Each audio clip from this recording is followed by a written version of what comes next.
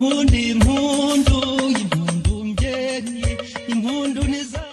Impingazima Hostel, located in Bugesera district, hosts 71 elderly genocide survivors, 64 women and 7 men.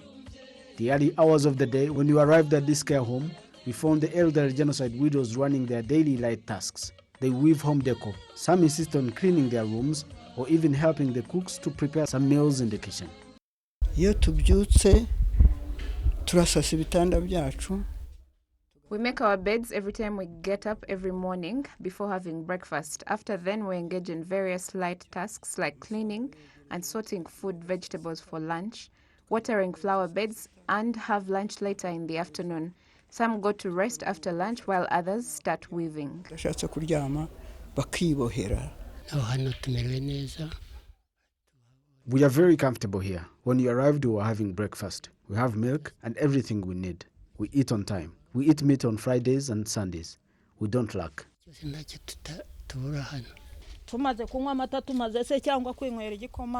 I eat porridge and bread every morning, and I eat lunch and dinner right on time. I make sure I rest as much as possible. Before coming here, I was not eating properly. I was not this healthy. After dinner, we worship, pray, and dance. It's never a dull moment here.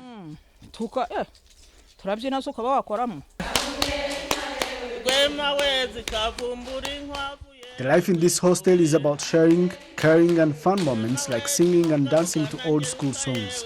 Despite all that, these aging women and men are cognizant of COVID-19 preventive measures, including social distancing. We practice social distancing to protect ourselves. We wash our hands as much as possible, and we follow all guidelines put in place by caretakers. Even during the commemoration period, we've been taking precautionary measures.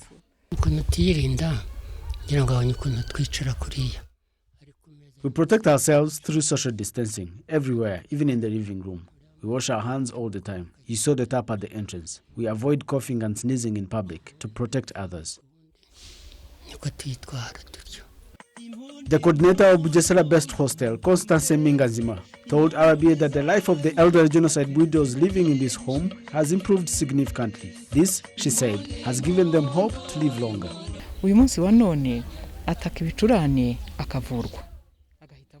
We've been paying extra attention to symptoms like cough and flu and examining them in real time. They get everything they need in real time. That has greatly impacted their livelihood, and they're happy.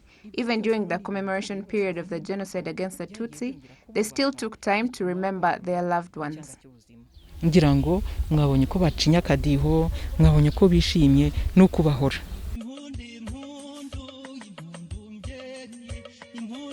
The hostel accommodates widows and widowers whose families were completely wiped out during the 1994 genocide against the Tutsi.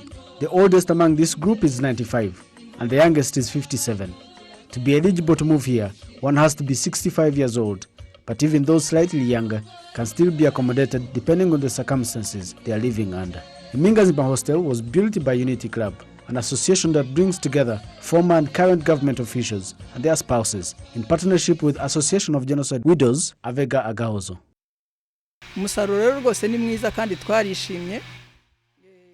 We can see the benefits of these hostels. Avega had many issues to address, including members who were living alone and needy, but the advocacy was well taken on by the First Lady Jeanette Kagame through the Unity Club.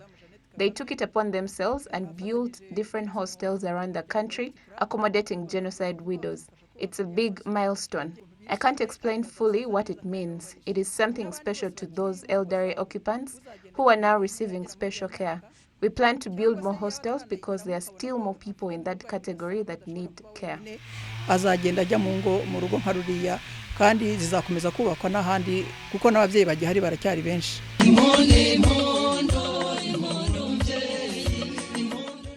Through this program, 230 beneficiaries have found home in 4 different hostels across the country. Such facilities have already been built in districts of Huye, Nyanza, Rulindo, Kamonyi, and Kayonza. Avega Agahozo has about 900 elderly survivors, of which immediate families were completely wiped out during the 1994 genocide against the Tutsi.